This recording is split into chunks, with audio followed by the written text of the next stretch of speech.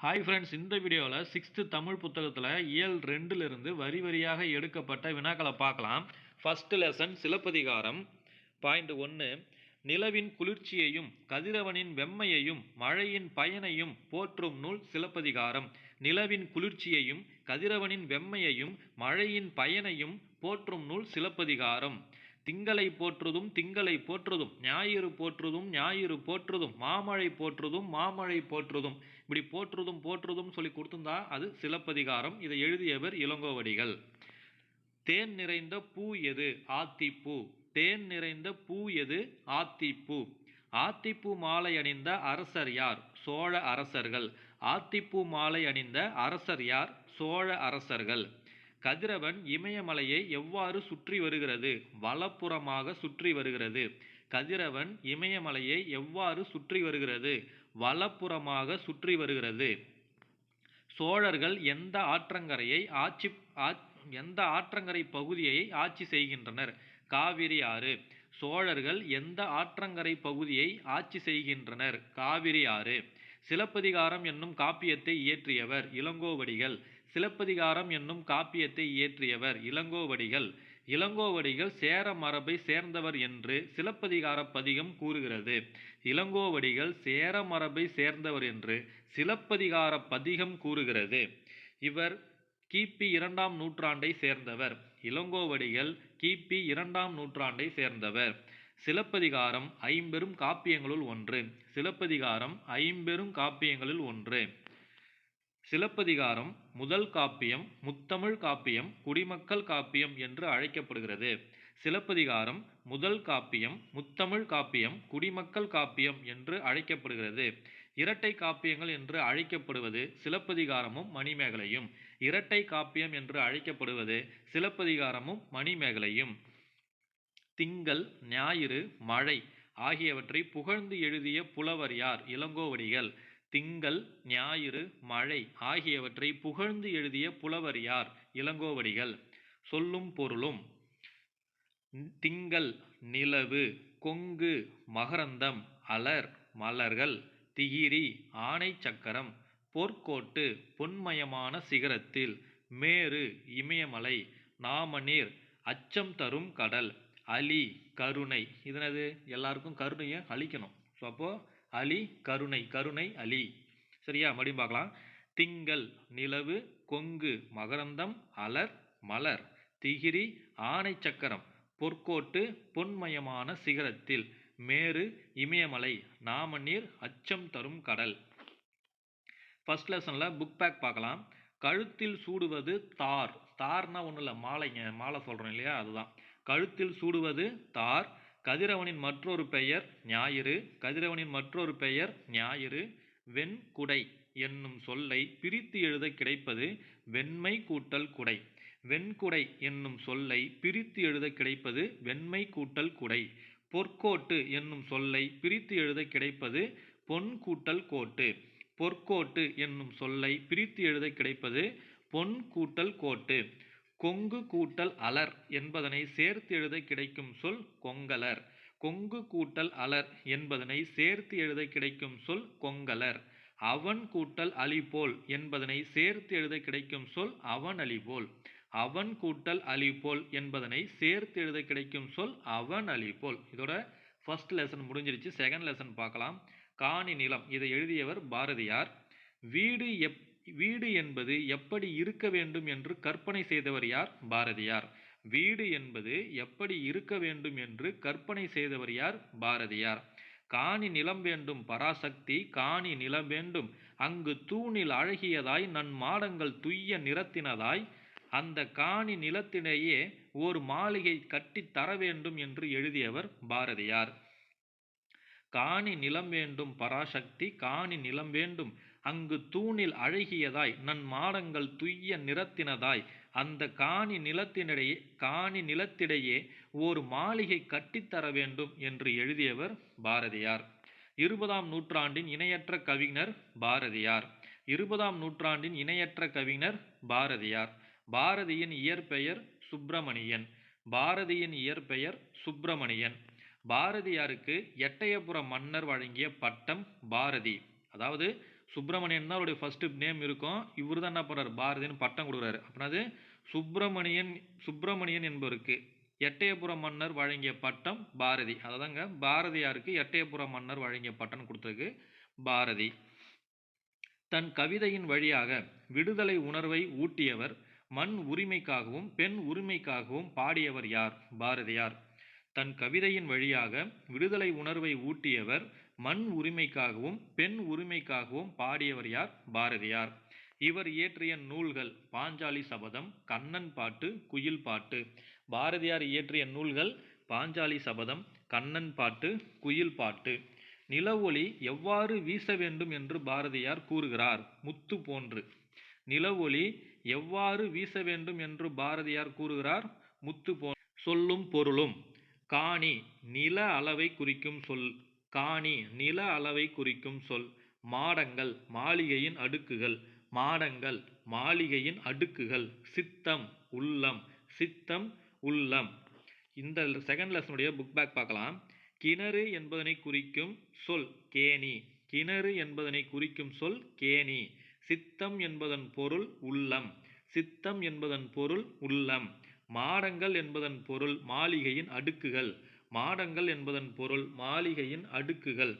நன்மாடங்கள் என்னும் சொல்லை பிரித்து எழுத கிடைப்பது. நன்மை கூட்டல் மாடங்கள். நன்மாடங்கள் என்னும் சொல்லை பிரித்து எழுத கிடைப்பது நன்மை கூட்டல் மாடங்கள். நிலத்தினிடையே என்னும் சொல்லை பிரித்து எழுத கிடைப்பது நிலம் கூட்டல் இடையே. நிலத்தினிடையே என்னும் சொல்லை பிரித்து எழுத கிடைப்பது நிலம் கூட்டல் இடையே. முத்து கூட்டல் சுடர் என்பதனை சேர்த்து எழுத கிடைக்கும் சொல் முத்துச்சுடர். முத்து கூட்டல் சுடர் என்பதனை சேர்த்து எழுத கிடைக்கும் சொல் முத்துச்சுடர். நிலா கூட்டல் ஒளி என்பதனை சேர்த்து எழுத கிடைக்கும் சொல் நிலா ஒளி. நிலா கூட்டல் ஒளி என்பதனை சேர்த்து எழுத கிடைக்கும் சொல் நிலா ஒளி. பொறுத்துக்க பார்க்கலாம். முத்து சுடர் போல நிலா ஒளி, தூய நிறத்தில் மாடங்கள், சித்தம் மகிழ்ந்திட தென்றல். இயல் 2ல் இருக்கக்கூடிய உரைநடை பார்க்கலாம். இந்த லெசனுடைய பேர் சிறகின் ஓசை. இதை பார்க்கலாம். ஃபர்ஸ்ட் பாயிண்ட் பாருங்க. பறவைகள் இடம் பெயர்களை தப்பு. பறவைகள் இடம் பெயர்வதை வலசை போதல் என்பர். இங்க தப்பா டைப் பண்ணியிருக்காங்க, அதை விட்டுருங்க. பறவைகள் இடம் பெயர்தலை வலசை போதல் என்பர். சரிங்களா? நீர்வாழ் பறவைகளே பெரும்பாலும் வலசை போகின்றன. நீர்வாழ் பறவைகளே பெரும்பாலும் வலசை போகின்றன. இது ஒரு முக்கியமான பாயிண்ட், நோட் பண்ணிங்க. ஏன்னா பெரும்பாலும் எந்த பறவைகள் வலசை போகிறன்னு சொல்லிட்டு கொஸ்டின் கேட்டுருவாங்க. ஸோ நீர்வாழ் பறவைகளே பெரும்பாலும் வலசை போகின்றன. உணவு, இருப்பிடம், தட்ப வெப்பநிலை மாற்றம், இனப்பெருக்கம் இவற்றிற்காக பறவைகள் இடம்பெயர்கின்றன. உணவு, இருப்பிடம், தட்ப வெப்பநிலை மாற்றம், இனப்பெருக்கம் இவற்றிற்காக பறவைகள் இடம்பெயர்கின்றன. நிலவு, விண்மீன், புவியீர்ப்பு புலம் ஆகியவற்றை அடிப்படையாக கொண்டே பறவைகள் இடம்பெயர்கின்றன.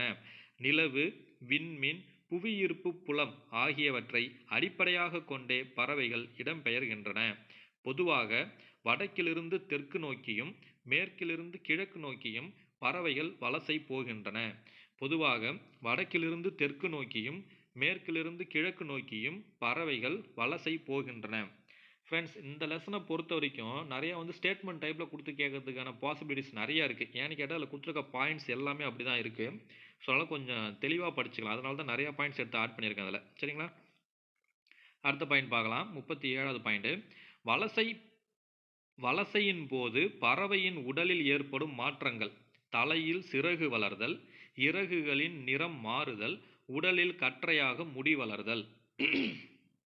வலசையின் போது பறவையின் உடலில் ஏற்படும் மாற்றங்கள்.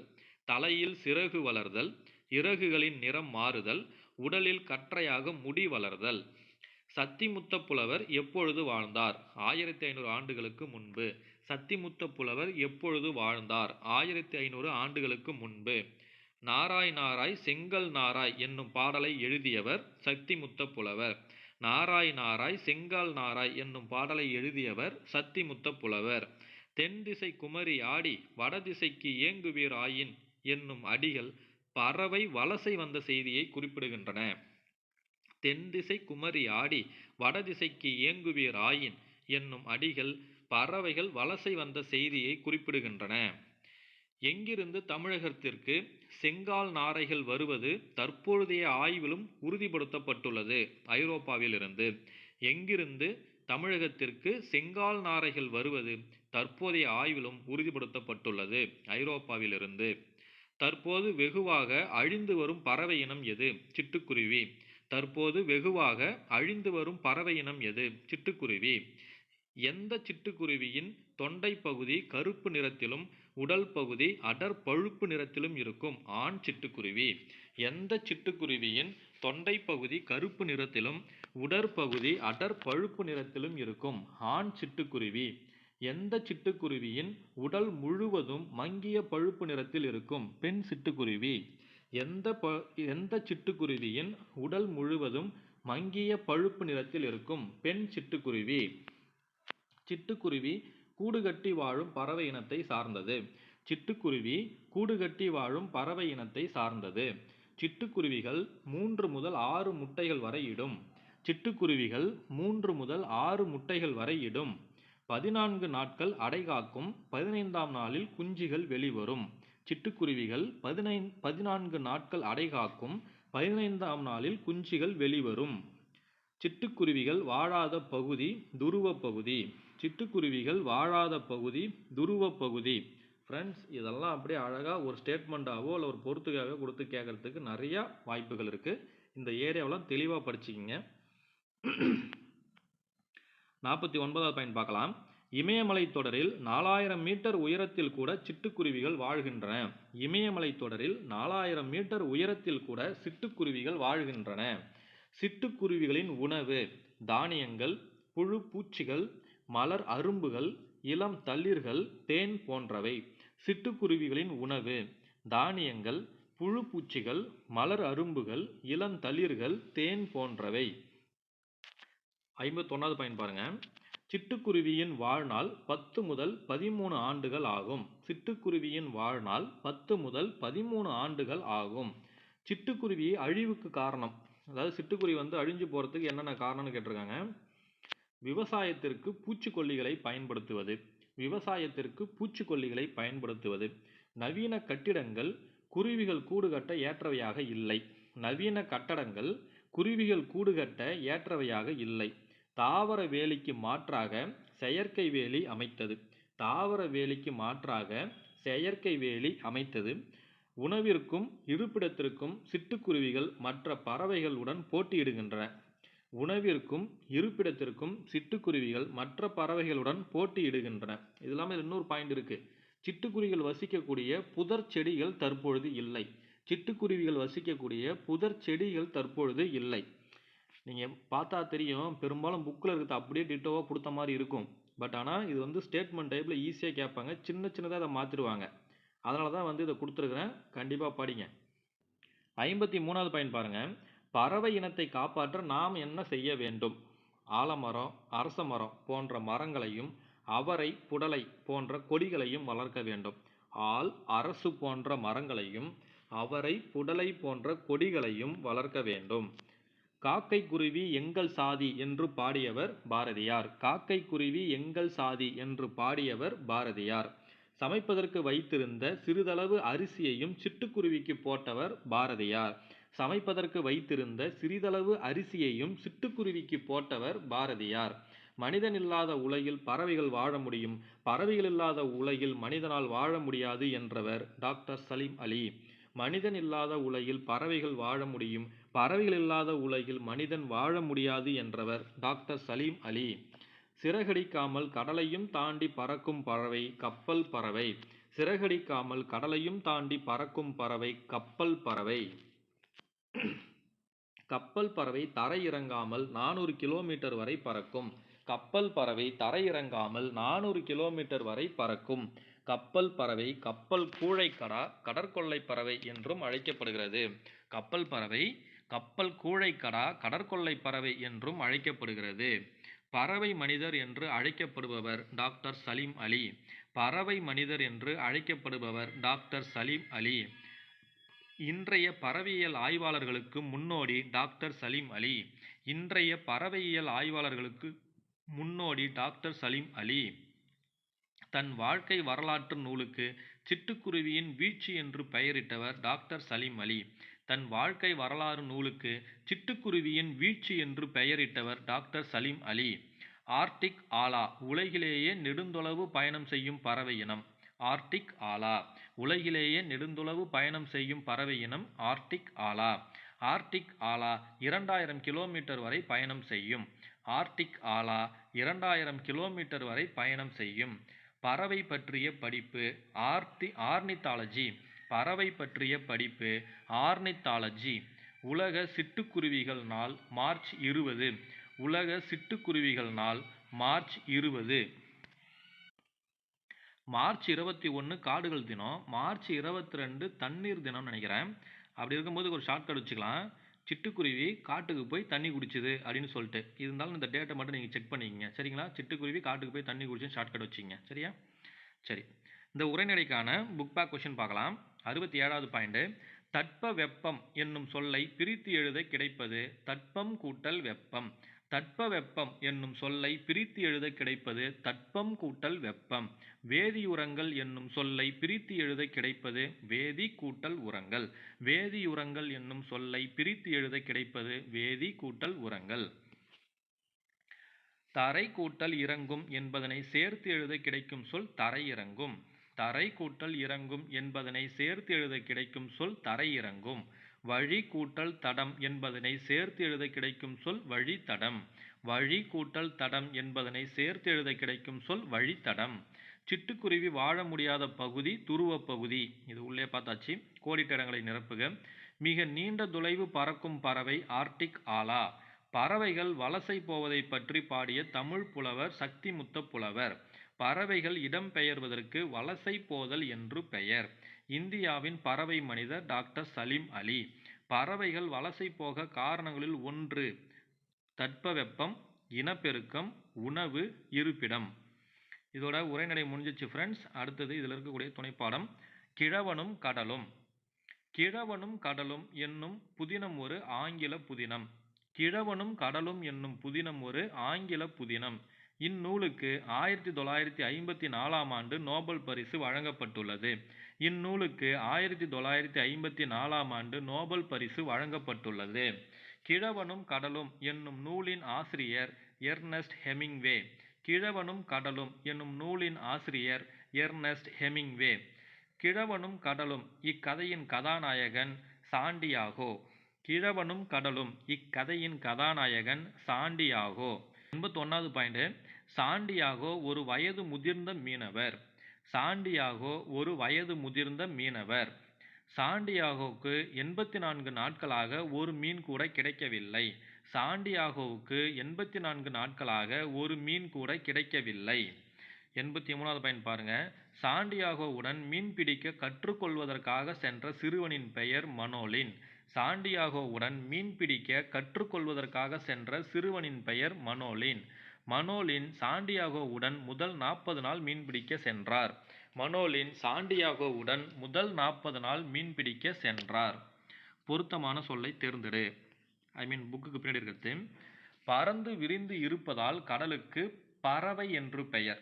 அதாவது சின்னரா. சரியா? பறந்து விரிந்து இருப்பதால் கடலுக்கு பறவை என்று பெயர். இலக்கிய மன்ற விழாவில் முகிலன் சிறப்பாக உரையாற்றினான்.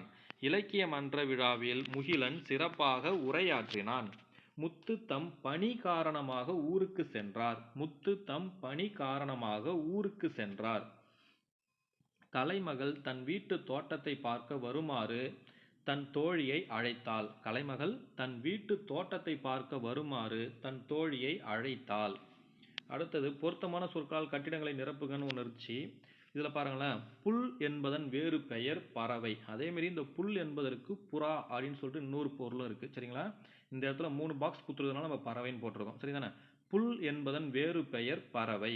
பறவைகள் இடம்பெயர்தல் வலசை போதல். பறவைகள் இடம்பெயர்தல் வலசை போதல்.